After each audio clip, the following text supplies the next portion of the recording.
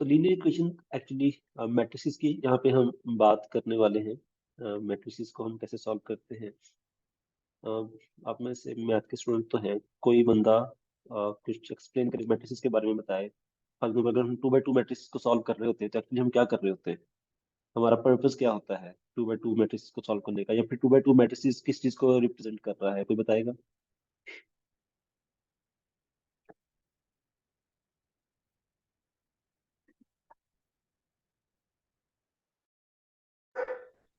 Sir to solutions find करने के लिए। सॉल्यूशंस, ओके, सॉल्यूशन तो फाइंड करना है, सॉल्यूशन किस चीज का होता है। इक्वेशंस का। इक्वेशन 2x2 में किस चीज को रिप्रेजेंट कर रही होती है।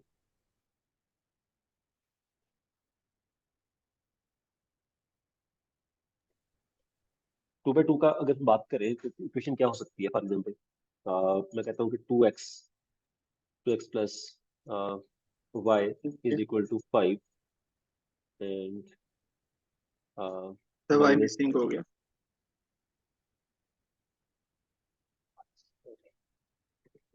x plus 3y is equal to 8।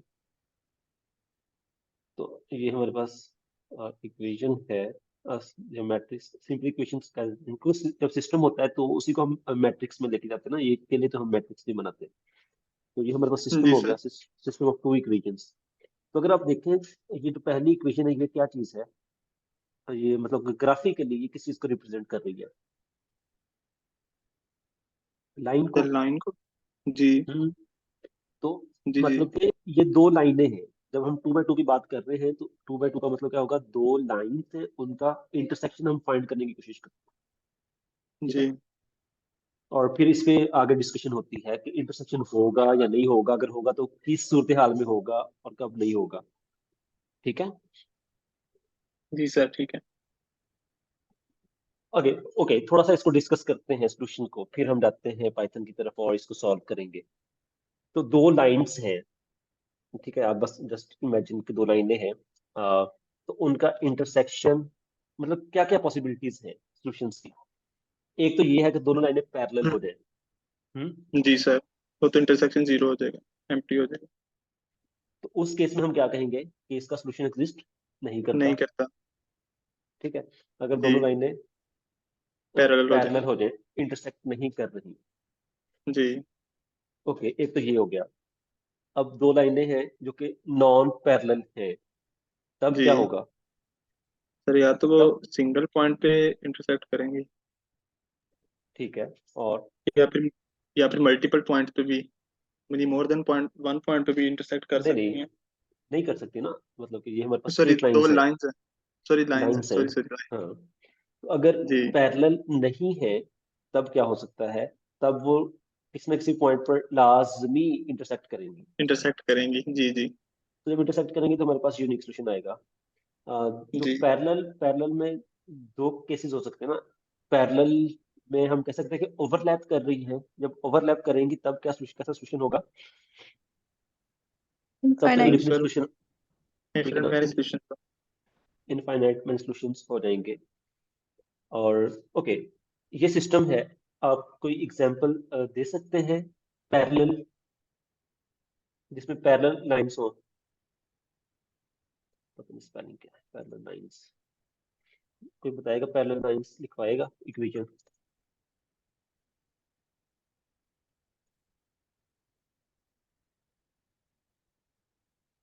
Parallel lines कब होंगी, मतलब किस टाइप का होगा फिर वो।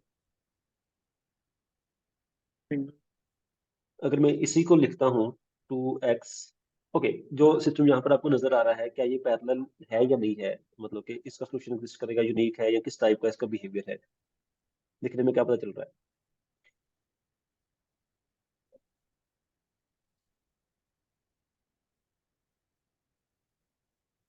है।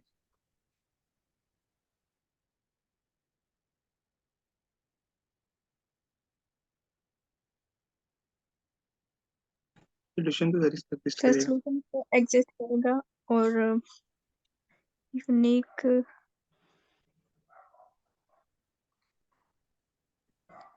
बताएं, रुका ना करें, जैसा भी है सही गलत। हम इसको डिस्कशन टाइप बनाया, कोई ये क्वेश्चन आंसर या कुछ हो, वो आपका टेस्ट नहीं हो रहा, ठीक है। जो आपको माइंड में जो समझ आ रही है वो बिल्कुल वो बात करें, फिर आगे उस पर डिस्कशन करके हम फाइनल तक पहुंच जाएंगे कि क्या बन रहा है एक्चुअली।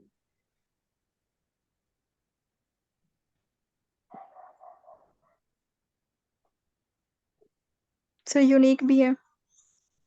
ओके, ये मैंने एक और सिस्टम लिखा है, इसका बिहेवियर देखें और बताएं ये किस तरह का है।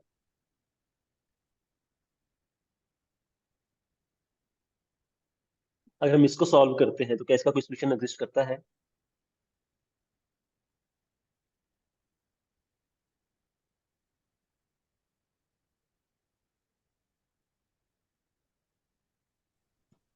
सर इसका भी करेगा? नहीं, इसमें इनफाइनाइट सॉल्यूशंस आ जाएंगे। यहाँ पे इसमें सॉल्यूशन आएगा ही नहीं, नो सॉल्यूशन।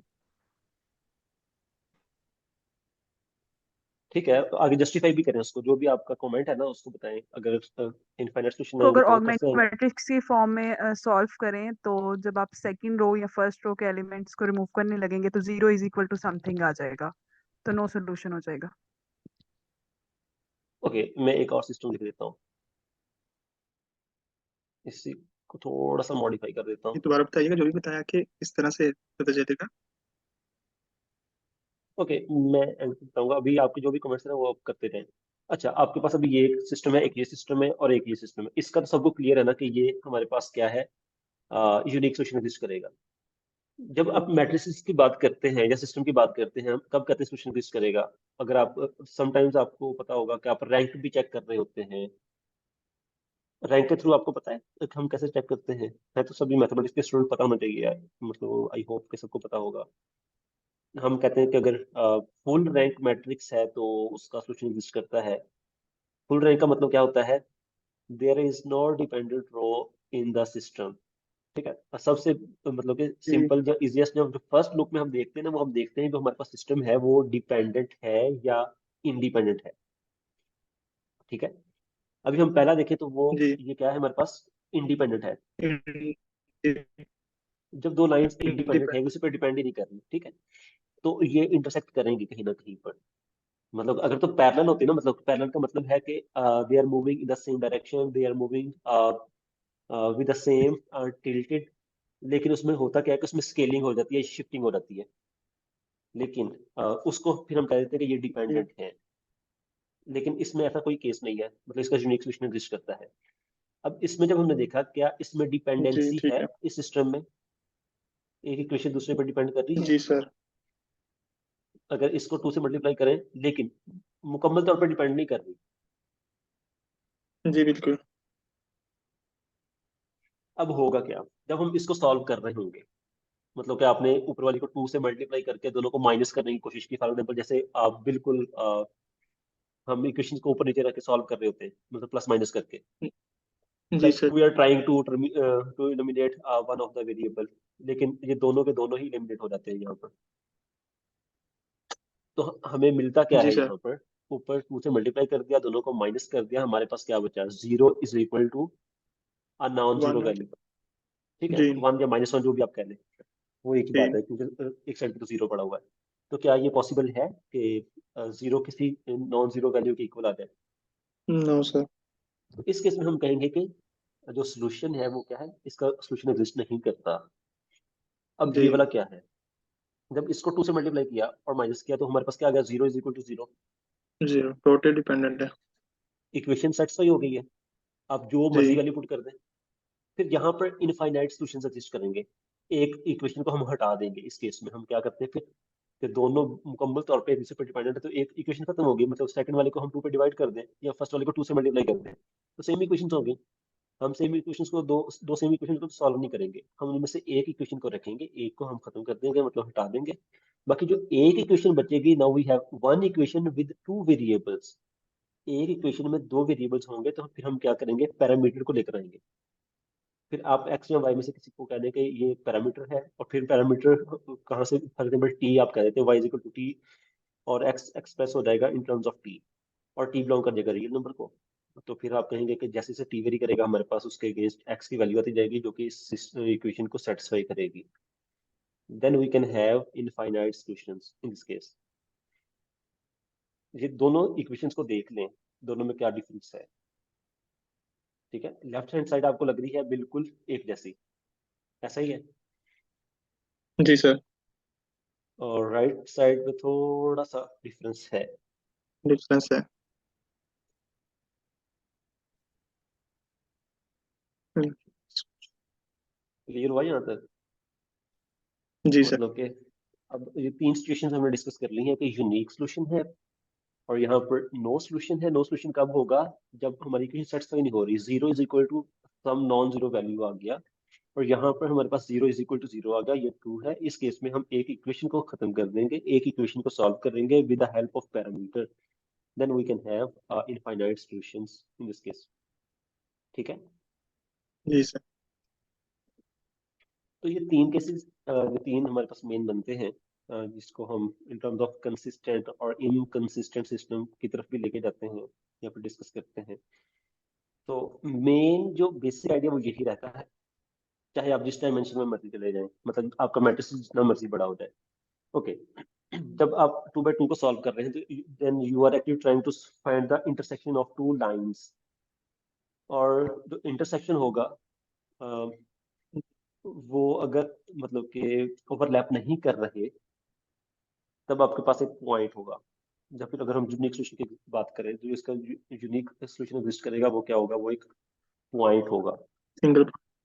इक्वेशंस को सॉल्व करेंगे, आपको पॉइंट मिलेगा। ओके, ये तो हो गया 2 डायमेंशन की बात। अब हम अगर थोड़ा सा इसको लेके चलें 3D में, 3 डायमेंशन में, तो हमारे पास अगर मैट्रिक्स है कोई 3 by 3 का, ठीक है, मैं एक मैट्रिक्स जनरल इक्वेशन से लिख लेता हूँ, दिया जाएगा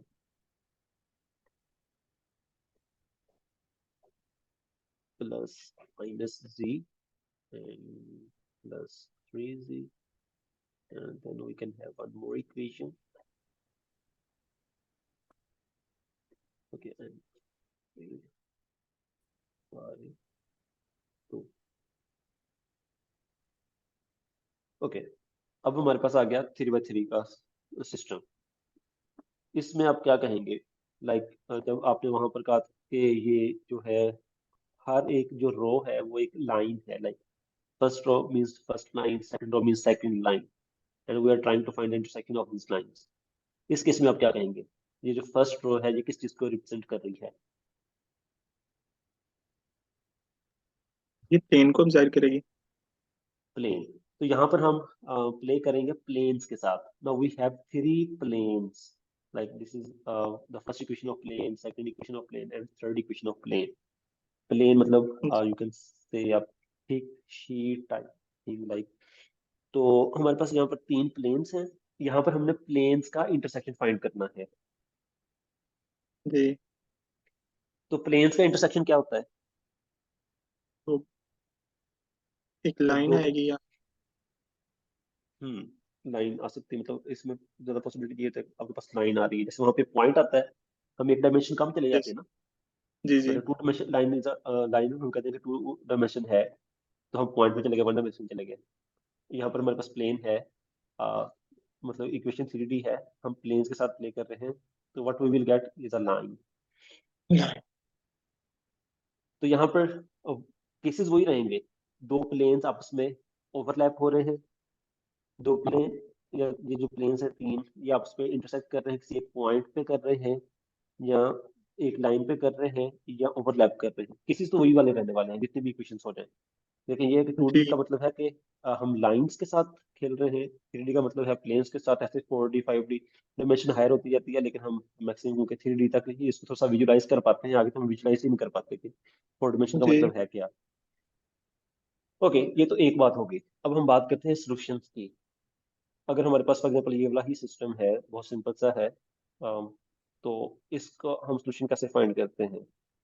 in terms of matrices, like we have a matrix A and a vector X and B, तो हम सॉल्यूशन कैसे फाइंड करते हैं? फिर इसमें हम जैसे मैट्रिक्स इनवेरिएंट मेथड यूज करते हैं, ओके, क्रेमर्स रूल यूज हमने कर लेते हैं। लास्ट टाइम पढ़ा था इनवर्स, या नहीं पढ़ा था? नो सर, हमने देखा था मेरे ख्याल। इनवर्स हम निकाल। कुछ कमांड्स देख रहे थे ना एनपी की। जी जी। ओके, हम यहाँ पे थोड़ा सा इसको डिस्कस कर लेते हैं।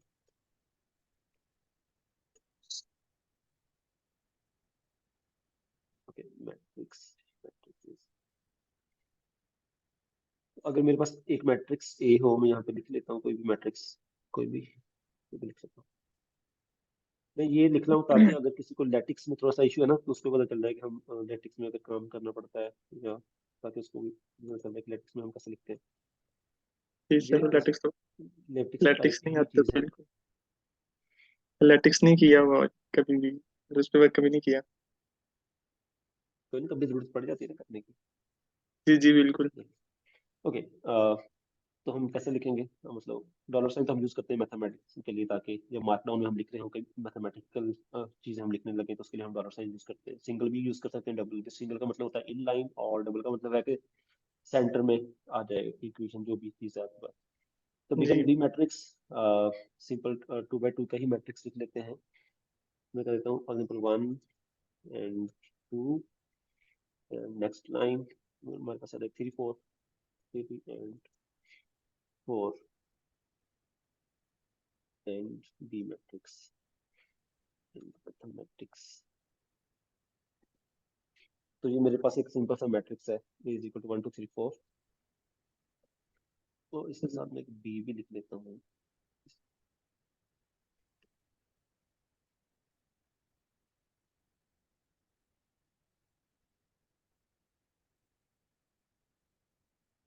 One two three four five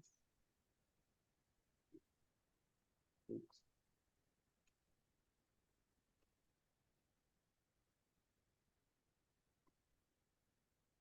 A and B. तो सोल्यूशन फाइंड करने के लिए मतलब हमारे पास जो मैट्रिक्स इक्वेशन बनती है, उसका फॉर्मेट क्या होता है? A X is equal to B. B. ये होता है जी A X is equal to B, और हमने एक्स फाइंड करना होता है। कैपिटल में भी संभव लिख लेते हैं, क्योंकि ये वेक्टर है, जब मैं स्मॉल में लिख रहा हूँ। तो हमारे पास बनेगा क्या? एक्स इज इक्वल टू किसके इक्वल आ जाएगा? A inverse B. X is equal to A inverse B. B small है, A capital.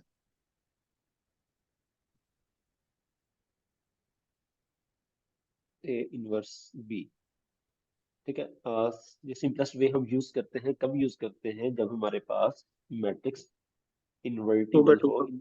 Inverse ji exist करता हो। ठीक है, मतलब इसमें जी जो लाजमी कंडीशन है कि जब इसका जो डिटर्मिनेंट है वो एग्जिस्ट करता हो, नॉन जीरो हो, तब हम इनवर्स की तरफ जाते हैं। तो हम इनवर्स की नॉन तरफ ही जीरो। जाते हैं। जी ओके, तो अभी ये तो सिंपल है। हमें क्या चाहिए? ए का इनवर्स चाहिए, और बी भी हमारे पास मौजूद है, ए भी मौजूद है। ए का इनवर्स लेके बी के साथ इसको मल्टीप्लाई कर देते हैं, हमारा काम हो जाएगा। मतलब पाइथन में अगर हमें इसको करना है तो हम इस तरीके से करते हैं। जी ओके, यहाँ पे फिर हम करते हैं स्टार्ट। क्योंकि नमपाई को लेकर चल रहे थे तो नमपाई से ही जी करेंगे। नमपाई सबसे पहले तो नमपाई को इंपोर्ट करते हैं। इंपोर्ट नमपाई एज एनपी, और नमपाई का ही एक मॉड्यूल था, सब मॉड्यूल था अलिनियर अलजेब्रा का, लास्ट टाइम शायद हमने देखा था। तो उसको भी इंपोर्ट कर लेते हैं। इंपोर्ट जी sir. NumPy linear algebra as, कुछ भी आप कर सकते हैं, लीनियर अलजेब्रा भी कर सकते हैं। लीनियर अलजेब्रा पहले क्या देखते हैं।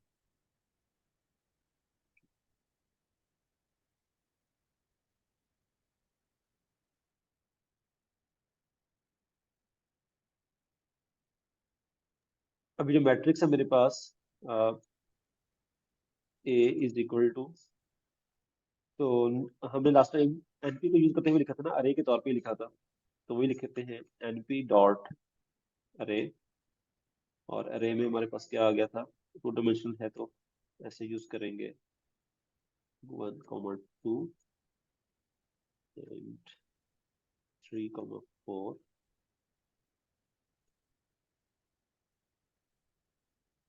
ये मैट्रिक्स ए हो जाएगा। सिमिलरली बी, एनपी अरे, और इसमें हमारे पास है 5 एंड 6, 5 एंड 6। हम इसको प्रिंट करके देख लेते हैं कि हमने सही लिखा, कोई मिस्टेक कर दी थी। Print A B.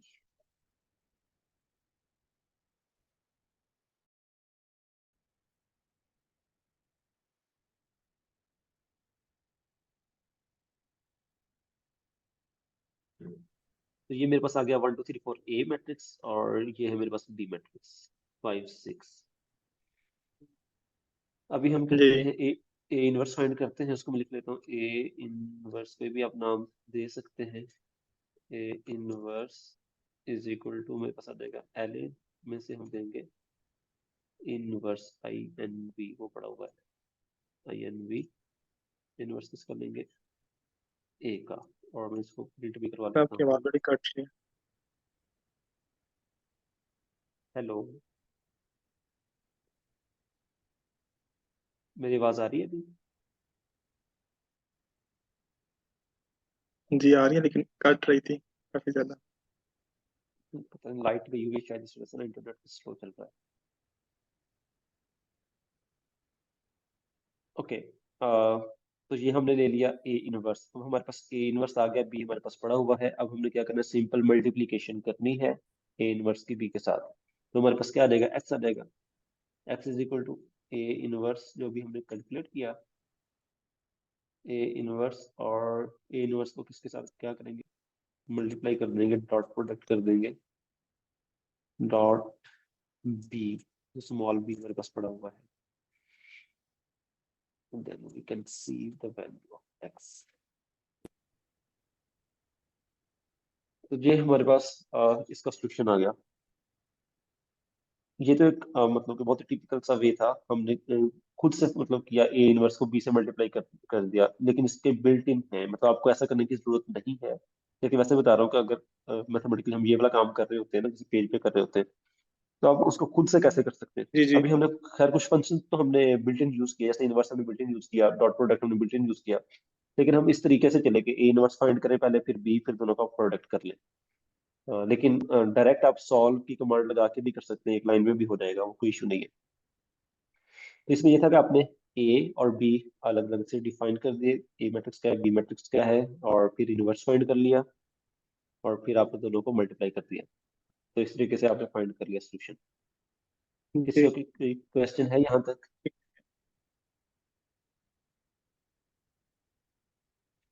No sir, okay, clear है। अभी हम करते हैं सॉल्व को यूज करते हुए।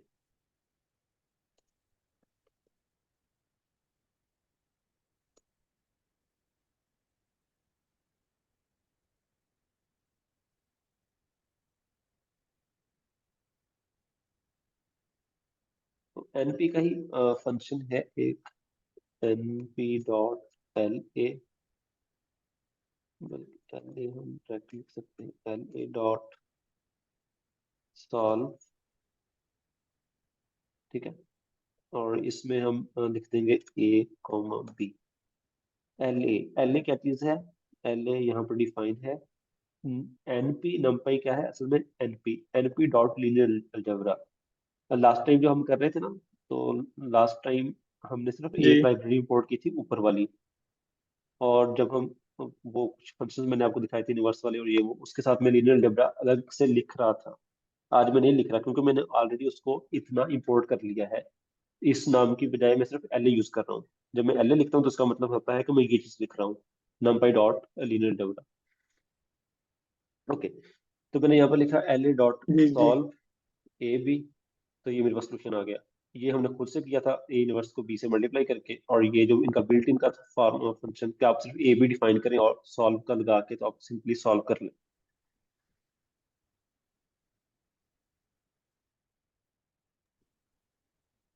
क्लियर है? किसी को कोई जी सर। क्वेश्चन? सर जैसे हम मैथमेटिक का एक सॉफ्टवेयर वो यूज करते हैं, या फिर हम्म जैसे अभी हम ये यूज कर रहे हैं, तो ऊपर तो हमने इसको वैसे ही सोल्व किया जैसे हम पेजेस पे करते हैं। हम्म अब यहाँ पे हमने इसकी बिल्ट इन कमांड यूज की है और डायरेक्ट उसने हमें आंसर दे दिया है। हम्म तो अगर हम मतलब आंसर के बाद हम ये देखना चाहें कि इसने किन स्टेप्स को फॉलो करते हुए, यानी अगर हम देखें कि हमें ऊपर वाले स्टेप्स नहीं आते जो हमने किए हैं खुद से, हम्म। तो क्या वो स्टेप बाय मतलब आप स्टेप्स? ये करना नहीं, जैसे मैथमेटिका आपको स्टेप्स दे देता है ना, ये भी आपको वो स्टेप्स नहीं देता। मतलब कि आपको कंप्लीट जी सोल्यूशन या स्टेप्स नहीं देगा। मतलब इसने फॉर एग्जांपल इसने अगर खुद से ए इनवर्स कंप्यूट किया हो, फिर उसने प्रोडक्ट भी किया हो, इस फंक्शन के अंदर सारी चीजें डिफाइन होंगी, लेकिन वो जी चीजें नहीं जी, देता यहाँ पे, वो नहीं हमें दिखाता। डायरेक्ट सोल्यूशन देते हाँ, डायरेक्ट देता है। उसके लिए आपको खुद से ही करना पड़ेगा, क्योंकि हैं। जी ठीक ये क्योंकि मैथमेटिक्स के लिए एक्चुअली बना तो नहीं हुआ। मतलब ये लैंग्वेज है ना जो मैथमेटिका है, वो तो एक्चुअली बना ही मैथमेटिक्स वालों के लिए है। वो तो फिर आपको कंप्लीट स्टेप बाय स्टेप भी आपको बता देता है चीजें, है। जी या फिर ऑनलाइन आपको मिल जाते हैं। वोल्फ फ्रॉम मैथमेटिका में भी इस तरह की चीजें मिल जाती हैं, वो आपको स्टेप्स दे देते हैं, लेकिन ये नहीं देगा। ये तो जी ठीक। उस केस में है कि अगर आपको मैथमेटिक्स पता है और आप उसको सॉल्व करना चाहते हैं, तो आपके पास एक पावरफुल टूल है कि शॉर्ट वे। आपको वो वाली मेहनत वहां पे ना करनी पड़े, आप उसी चीज को यहाँ पे मतलब कि प्रोग्राम करें और उसको यूज करें। लेकिन इसके लिए आपको मैथमेटिक्स के बेसिक्स या कॉन्सेप्ट्स का क्लियर होना जरूरी है, तो उसके बगैर नहीं चलेगा। जी सर। लेकिन प्रैक्टिस के साथ साथ चीजें आ जाती हैं, और ये बहुत अच्छा भी है, बजाय इसके कि आप वो ब्लैक बॉक्स को यूज करें। मतलब कि आपको चीजें तो बता देगा, लेकिन आपको कॉन्सेप्ट उस तरीके से नहीं क्लियर होंगे जैसे आप यहाँ पे जब कर रहे होंगे ना, तो वो कॉन्सेप्ट क्लियर होंगे कि यहाँ पर हम एक्चुअली कर क्या रहे हैं। ठीक है, तो ऐसे ओके, अभी हमने दो तरीकों से किया।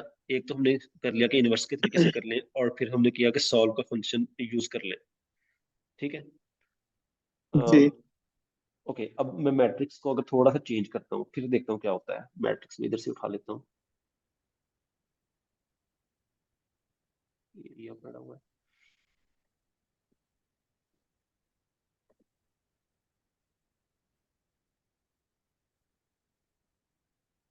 वैल्यूज भी चेंज कर देता हूँ। फॉर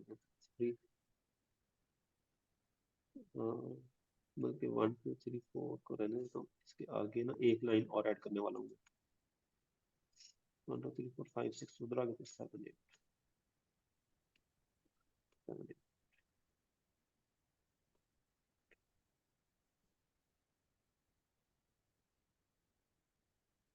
अब अगर मैट्रिक्स मेरे पास ये वाला हो ए, ओके, बी जी भी चेंज हो जाएगा, बी के भी 3 रोज हो जाएंगी।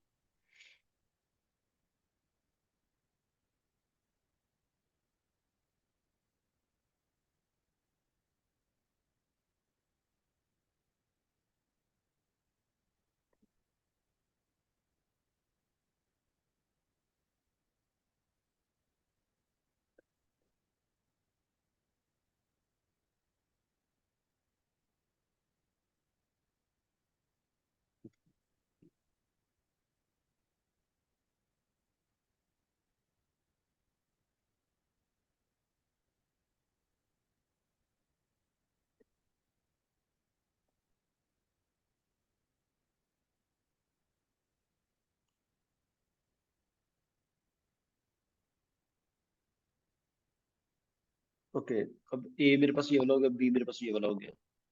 ट्राई करते हैं सॉल्व से जी। क्या होता है, देखते हैं। एल डॉट सॉल्व, और वही वाला ए कॉमा बी। ए बी कभी डिफाइन नहीं किया, ये तो मैंने सिर्फ मार्क डाउन किया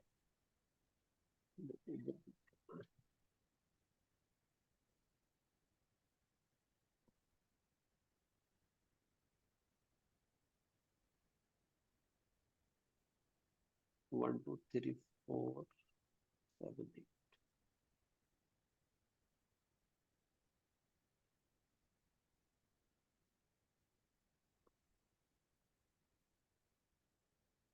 ओके, अभी मैं अगर करूंगा तो देखते क्या होता है। अभी इसने सोल्यूशन नहीं दिया। जी लास्ट 2 डायमेंशन ऑफ द अरे मस्ट बी स्क्वायर। वो कहता है कि ये स्क्वायर मैट्रिक्स हो तो फिर मैं सॉल्व कर दूंगा, इसको मैं सॉल्व नहीं कर पा रहा। मतलब ये जो फंक्शन है, ये यहाँ पे आके फेल हो गया, ये इसको नहीं कर पा रहा।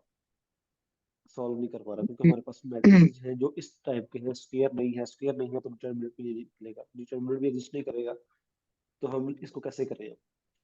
मतलब ना तो हम वो ऊपर वाला यूनिवर्सल वाला तरीका लगा सकते हैं, तो सॉल्व में जी भी कहा कि मैं इसको सॉल्व नहीं कर सकता। तो कोई है आइडिया इस तरह के मैट्रिक्स को कभी सॉल्व किया हो? सर इसमें हम इंट्रोड्यूस करते होते हैं इस तरह आ जाए ना। मतलब हमारे पास नंबर ऑफ इक्वेशंस ज्यादा हैं और जो है वेरिएबल्स वो कम है। जी, तो उसमें फिर हम एप्सिलॉन और रिड्यूस एप्सिलॉन फॉर्म में चले जाते हैं, या फिर नेक्स्ट हम न्यूमेरिकल मेथड होते हैं उनकी तरफ चले जाते हैं। ओके, तो यहाँ पर भी हम फिर कुछ चेंज करते हैं इसको। इसके लिए हम यूज करेंगे least square. Least square method होता है, उसके ईस्ट थ्रू हम इसको, हाँ लीस्ट स्क्वायर शायद सुना हो आपने, उसके थ्रू इसको सॉल्व करेंगे। लीस्ट स्क्वायर एरर आपने शायद सुना हो, लीस्ट स्क्वायर एरर स्टैटिस्टिक्स में भी खैर ये टर्म काफी ज्यादा यूज होती है, लीस्ट स्क्वायर एरर के तौर पे भी, क्योंकि ये न्यूमेरिक मेथड है, एग्जैक्ट सॉल्यूशन नहीं देता। जी तो ये करता क्या है, जैसे ये हमारे पास पॉइंट्स है, इन पॉइंट्स को आप लगा लें, मतलब कि जैसे आपके पास एक्सवाई प्लेन है, वहां पे आप पॉइंट्स को लोकेट कर लें, उन पॉइंट्स को ना ये फिट करेगा एक स्ट्रेट लाइन के साथ। वो एक ऐसी स्ट्रेट लाइन ड्रा करने की कोशिश करेगा कि जो तीनों पॉइंट में से गुजरे। अब स्ट्रेट लाइन तो लाजमी तो नहीं है कि वो 3 पॉइंट से गुजरे, मतलब अगर तो एक लाइन में जी है तो फिर तो ठीक है ना, 2 पॉइंट्स में तो गुजर सकती है। अब जब 3 पॉइंट्स होंगे तो उसमें तो नहीं गुजर सकती। फिर वो क्या करेगा कि बेस्ट फिट लाइन लेकर आएगा कि तीनों पॉइंट्स के साथ उस लाइन का जो डिस्टेंस है, वर्टिकल डिस्टेंस जो है, वो मिनिमाइज हो जाए। तो इस तरीके से ये मतलब कि वर्क करता है। अगर खैर आप इसको देखिएगा, अगर देखना हुआ तो लीस्ट न्यूमेरिकल ये स्क्वायर है, मेथड। लीस्ट स्क्वायर एरर या लीस्ट स्क्वायर मेथड है कि जो वर्क कैसे करता है। तो वही यहाँ पे हम देखेंगे। एक तो हम इसका बिल्ट इन फंक्शन है उससे करते हैं, फिर मैं आपको बताऊंगा कि इस फंक्शन के पीछे चीज मैथमेटिकल कौन सी चीज चल रही थी। जी ओके, यहाँ पर तो हमने अब इसको यूज नहीं करेंगे सॉल्व वाले को, एल ए, बल्कि मैं इसको ना लिखा रहने देता हूँ, जो एरर है, एरर होना चाहिए ए कॉमा बी। इसको जब हमने रन किया था तो हमारे पास आ गया था एरर। फिर हम जाएंगे चेंज करेंगे एल ए डॉट, बल्कि यही आ गया लीस्ट स्क्वायर, माउस पे ले रहा हूँ, least square L S T S Q function का नाम जी है। इसमें हम लिखते हैं A comma B, let's give it a try. तो इसने सॉल्व किया और इसने ये दो वैल्यूज लाके दे दी, -3.5 और 4.11। ठीक है, ये हो सकता है कि एग्जैक्ट सोल्यूशन ना हो, लेकिन उसके पास पास होगा। ये 2 पॉइंट्स है, ये इन तीनों क्वेश्चन को ऑलमोस्ट सेटिस्फाई कर रहे होंगे, उसके पास पास सोल्यूशन देंगे। अच्छा, जी इसके पीछे लॉजिक क्या था, मैथमेटिकल क्या चल रहा था? हमने ऊपर वाला काम छोड़ा था, ये वाला जो था, इसी को लेके चलते हैं।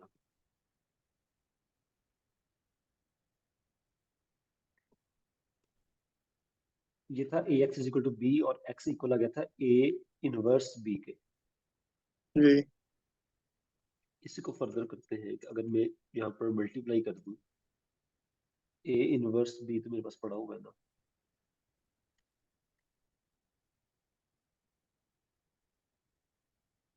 ए इनवर्स बी, तो यहाँ पर अगर मैं मल्टीप्लाई कर दूं A transpose, A inverse transpose और ए ट्रांसपोज के साथ, देखते हैं फिर क्या होगा। मतलब वो कैंसिल आउट हो जाएंगे ना, एक दूसरे के इफेक्ट को कैंसिल कर देंगे। पावर -t, ये हो गया ए इनवर्स ट्रांसपोज हम्म, और साथ में आ जाएगा ए ट्रांसपोज। इससे कोई फर्क तो नहीं पड़ेगा ना? एक बार इसको मैं नहीं लिख के देख। सिमिलर ही रहेगा। मेरे पास था ए इनवर्स बी और मैंने इसके दरमियान में ये चीज डाल दी, ए इनवर्स ट्रांसपोज और ए ट्रांसपोज, जो कि एक दूसरे को कैंसिल आउट कर देंगे तो आइडेंटिटी रह जाएगा। तो जी वही आइडेंटिटी चीज रह होगी। जाएगा। ओके। जी सर। अगर मेरे पास हो ए बी का इनवर्स,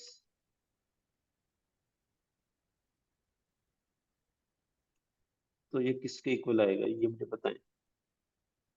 ये B B inverse A inverse. B inverse A inverse. Okay, मैं यहाँ पे लिख लेता हूँ।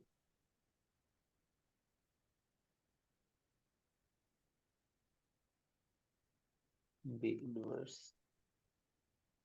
ए इनवर्स। Okay okay. अभी आप लोग देखें, जो मेरे पास ये चीज है ना, ए इनवर्स और ए इनवर्स ट्रांसपोज, मतलब ए का इनवर्स है और ए ट्रांसपोज का इनवर्स है। इसको मैं ना इस फॉर्म में लिखना चाह रहा हूँ कि ब्रैकेट लगा के ना ऊपर ए की इनवर्स लिख दूँ, तो मेरे पास इस तरह का फॉर्मेट है। तो जब मैं ऐसे लिखूंगा तो इनकी पोजीशन चेंज हो जाएगी। जी ठीक है, पोजीशन के मामले में बड़े यहाँ पर केयरफुल होते हैं मैट्रिक्स के मामले में, क्योंकि ये कम्यूट नहीं करते, तो हमें लॉजिक के बिना तो नहीं चेंज कर सकते इनकी पोजीशन। तो अब मैं ना इसको लिखूंगा इस फॉर्मूले को यूज करते हुए कि जब हम इसको ब्रैकेट में लिखेंगे तो उसकी जो पोजीशन है वो चेंज हो जाती है। ए ट्रांसपोज इनटू ए और होल का इनवर्स इस तरह लिखेंगे ना।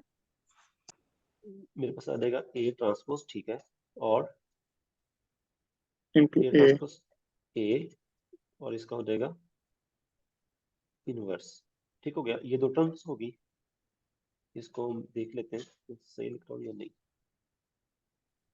ए ट्रांसपोज ए का इनवर्स इन दो के लिए आ गया। बाकी मेरे पास क्या बचा, ए ट्रांसपोज और बी।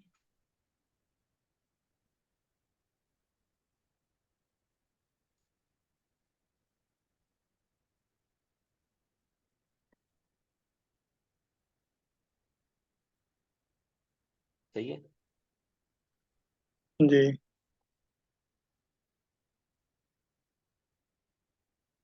अब इससे हुआ क्या, मतलब ये वाला चीज थी x is equal to A inverse B. इससे तो हमने सॉल्व नहीं कर सकते उस वाले सिस्टम को ना, इस वाले सिस्टम को। जी सर। लेकिन मैं कहता हूँ कि इससे हम सॉल्व कर सकते हैं। तो मुझे बताएं इसमें और इसमें क्या फर्क क्या आया। हालांकि वो तो आइडेंटिटी था यहाँ पे, मतलब आई था आइडेंटिटी, उसको हमने थोड़ा सा मैनिपुलेट कर दिया तो ये चीज बन गई। अब इससे हुआ क्या कि ये जो मैट्रिक्स बनेगा ना, अभी जो मैट्रिक्स बनेगा ए स्क्वायर मैट्रिक्स। ट्रांसपोज ए, वो स्क्वायर मैट्रिक्स बन जाएगा। बिल्कुल जी ठीक है। तो जब स्क्वायर मैट्रिक्स बनेगा हम उसका डिटरमिनेंट फाइंड कर इनवर्स। लेंगे और जी इनवर्स इसमें निकल इनवर्स आएगा रख उसका। देते ठीक है। तो एक तरीका हैं। अगर जी हमारे पास ये होता है, अगर आपने इसको एग्जैक्ट की तरफ साथ भी करना हो ना, तो जब आपके पास ये वाला सिनेरियो बन जाए, जब आप गोल्ड टर्मिनल या इनवर्स फाइंड नहीं कर पा रहे, तो आप इस तरीके से भी कर सकते हैं। सिंपल क्या किया हमने, A inverse transpose A transpose के साथ मतलब इंसर्ट कर दिया आई की जगह पर, और थोड़ा सा मैनिपुलेट किया तो ये चीज बन गई। अब आप इसको ना उस तरीके से भी कर सकते हैं जैसे हमने मैनुअली कर रहे थे ना, कि ए ट्रांसपोज और ए इनवर्स फाइंड कर लिया था, फिर उनको डॉट प्रोडक्ट कर लिया था बी के साथ। तो वो वाला काम भी हम यहाँ पे कर सकते हैं। जी मतलब कि वही वही वाला काम करते हैं। लिस्ट स्केयर वाला तो हमने कर लिया ना, हाँ लिस्ट स्केयर वाला तो हमने कर लिया। अभी हम उसी तरीके से करते हैं। इसमें हमारे पास क्या आएगा, जो x होगा वो इक्वल आ जाएगा ए ट्रांसपोज के, ए ट्रांसपोज ए, और उसका आ जाएगा इनवर्स। इनवर्स के लिए पहले मैं लिखता हूँ L A dot, okay,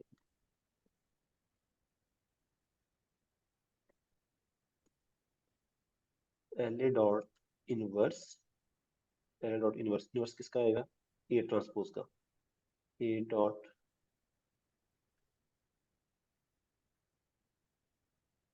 transpose,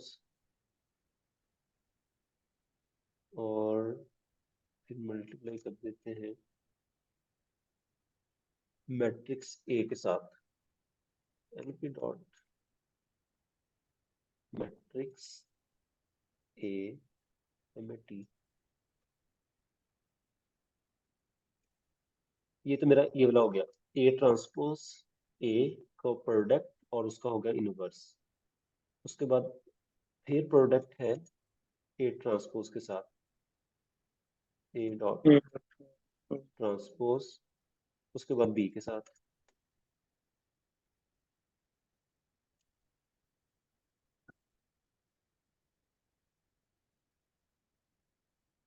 okay, पहले हमारा कितना आंसर आया था, 3.5 है, -3.5, 4.17, 4.17।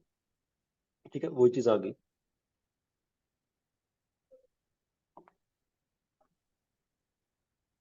क्लियर है? अब इस तरह का सिनेरियो भी समझ आ गया आपको। अगर आपने मतलब बाई हैंड भी करना हो प्रैक्टिस, जैसे जस्ट कुछ ना फाइंड कर रहे हो तो इसमें सिंपल वही चीज है, इनवर्स फाइंड कर रहे हैं और मल्टीप्लाई कर रहे हैं, जो कि आप कर सकते हैं फॉर स्मॉल मैट्रिसेस। और अगर आपके पास और बिगर सिस्टम है तो फिर आप यहाँ पे कर सकते हैं।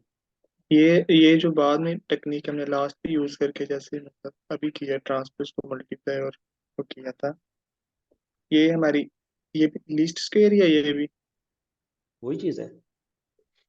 मतलब उसको हम मैनुअली देखना चाह रहे हैं कि वो किस तरह से वर्कआउट करती हाँ, वही है, वही वाली है। जो मैं अभी बता नहीं रहा था कि उसी को हम देखेंगे मैथमेटिकली उसके पीछे क्या है। ज्योमेट्रिकली तो मैंने बता दिया कि एक्चुअली इसका मतलब क्या होता है लीस्ट स्क्वायर का। वो करने क्या चाह रहा होता है कि फॉर एग्जाम्पल आपने पॉइंट्स ड्रा कर लिए प्लेन पे, रैंडम होंगे ना वो, जैसे स्कैटर्ड होते हैं। जी उन पॉइंट्स के दरमियान में आप एक बेस्ट फिट लाइन ड्रा करेंगे। वो जो बेस्ट फिट लाइन में कह रहा हूँ उसका भी क्राइटेरिया तो होगा ना कि वो बेस्ट फिट कब होगी। उसका क्राइटेरिया ये होगा कि हर पॉइंट से उस लाइन तक का वर्टिकल डिस्टेंस, परपेंडिकुलर डिस्टेंस लेंगे। ठीक है, मतलब उसके जो करीब तरीन हिस्सा होगा ना लाइन का, वो वर्टिकल डिस्टेंस से आएगा। तो उसका वो डिस्टेंस लेके उसका स्क्वायर करेंगे, डिस्टेंस स्क्वायर, और उसका सम कर देंगे। फॉर एग्जाम्पल अगर 10 पॉइंट है, 10 पॉइंट्स का आपने क्या किया, उस पॉइंट के साथ वर्टिकल डिस्टेंस लेके उसका स्क्वायर लेके 10 को आपने ऐड कर दिया। वो जो होता है वो होता है लीस्ट स्क्वायर एरर। और हमारी अप्रोच क्या होती है कि उस एरर को रिड्यूस करना, ऑप्टिमाइज वे में वो लाइन को ड्रा करना। जी ठीक है, तो ये मतलब इस ज्योमेट्रिकली जो इसके पीछे होती है मकसद होता है वो ये वाला होता है। और मैथमेटिकली ये चीज है आपके सामने, और आप उसको डायरेक्ट इस फंक्शन के थ्रू कर सकते हैं, एलएसटी स्क्वायर ए बी। और बनता कैसे वो भी मैंने आपको बता दिया, और बड़ा सिंपल सा था, मेरे ख्याल में सभी को समझ आ गया होगा। यहाँ तक क्लियर है? किसी का कोई जी क्वेश्चन सर, है? आगे। No sir. ओके, तो ये तो हम बस मतलब 2x2 का ही, सारे 2x2 का ही ऑलमोस्ट किए हैं, बड़ा कोई सिस्टम लिया। तो यही चीजें आप बिगर सिस्टम के लिए कर सकते हैं, कोई इशू नहीं है। ठीक है, ये नहीं है कि लास्ट में वो सिर्फ 2x2 के लिए होगा जो मैं यहाँ पे कर रहा हूँ, सिर्फ आसानी के लिए, टाइम बचाने के लिए लिखना आसान है 2x2 का।